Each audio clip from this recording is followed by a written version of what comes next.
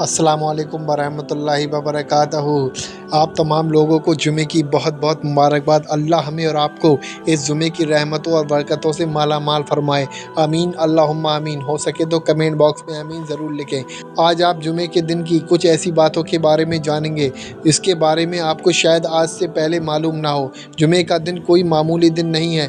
آج کے دن آپ جو چاہیں وہ کر سکتے ہیں، لیکن ہم دنیا کی غفلت میں مشغول رہتے ہیں۔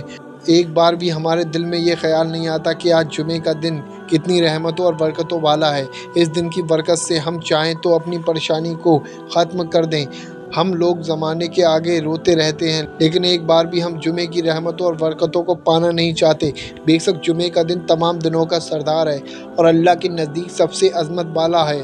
یہ دن اللہ کے یہاں عید الفطر اور عید الاضحیٰ سے بھی زیادہ فضیلت رکھتا ہے۔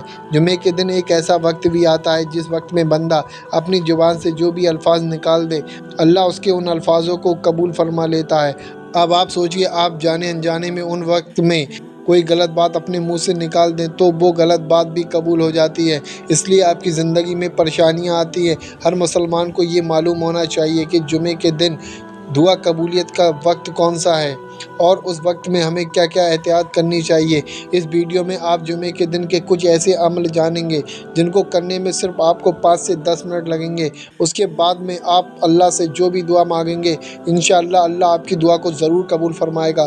پورے دن میں سے آپ صرف 5 منٹ کا وقت نکال کر اس عمل کو کر لیں، انشاءاللہ اس دن کی برکت سے آپ کی زندگی کی تمام پریشانیاں ختم ہو سکتی ہیں۔ پہلے ہم جمعے کے دن کی کچھ فضیلتوں کے بارے میں جان لیتے ہیں، اس کے بعد میں ہمیں کیا پڑھنا ہے اور کس وقت میں پڑھنا ہے، اور ہم جمعے کی رحمتوں اور برکتوں کو کیسے پا سکتے ہیں۔ یہ تمام باتیں جانیں گے۔ جمعے کے نام پر اس ویڈیو کو لائک کر دیجئے۔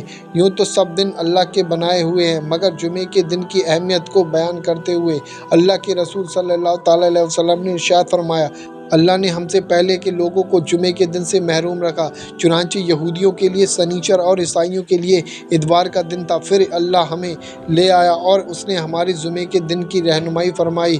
اس نے دنوں کی ترتیب اس طرح بنائی کہ پہلا جمعہ، پھر سنیچر، اس کے بعد اتوار۔ اسی طرح قیامت کے دن بھی وہ لوگ ہم سے پیچھے ہوں گے۔ ہم دنیا میں آئے سب سے آخر میں ہیں، لیکن قیامت کے روز سب سے آگے ہوں گے اور تمام امتوں میں سب سے پہلے ہمارا فیصلہ کیا جائے گا۔ یہ حدیث مسلم شریف کی 856 ہے۔ جو شخص جمعے کے دن غسل کرے، اپنی پوری طاقت بھر پوری احتیاط کرے، تیل لگائے یا اپنے گھر والوں کے خوشبو لگائے، پھر مسجد جا کر 2 آدمیوں کو الگ نہ کرے، یعنی کہ جہاں جگہ ملے وہاں بیٹھ جائے، پھر نماز ادا کرے جتنی دیر اس کے مقدر میں لکھی گئی، پھر جب امام خطبہ دے تو اسے خاموشی سے سنے، تو دوسرے جمعے تک اس کے گناہ معاف کر دیے جاتے ہیں۔ بخاری شریف 883۔ ابو داؤد کی حدیث شریف میں رسول پاک صلی اللہ تعالیٰ علیہ وسلم نے ارشاد فرمایا، جس شخص نے جمعے کے دن کسی کو غسل کرایا اور خود بھی غسل کیا، نماز کے لیے پہلے پہنچا اور جمعے کا خطبہ شروع ہونے سے سنا، پیدل چل کر مسجد گیا، کسی بھی سواری پر نہ سوار ہوا، امام کے پاس بیٹھ کر خطبہ سنا، کوئی بھی فالتو کی گفتگو یا کوئی حرکت نہ کی، تو اسے ہر قدم پر 1 سال کے روزے اور 1 سال کے قیام کا ثواب ملے گا۔ محبت کے ساتھ کمنٹ باکس میں لکھ دیجئے سبحان اللہ۔ یہ حدیث ابن ماجہ 1087۔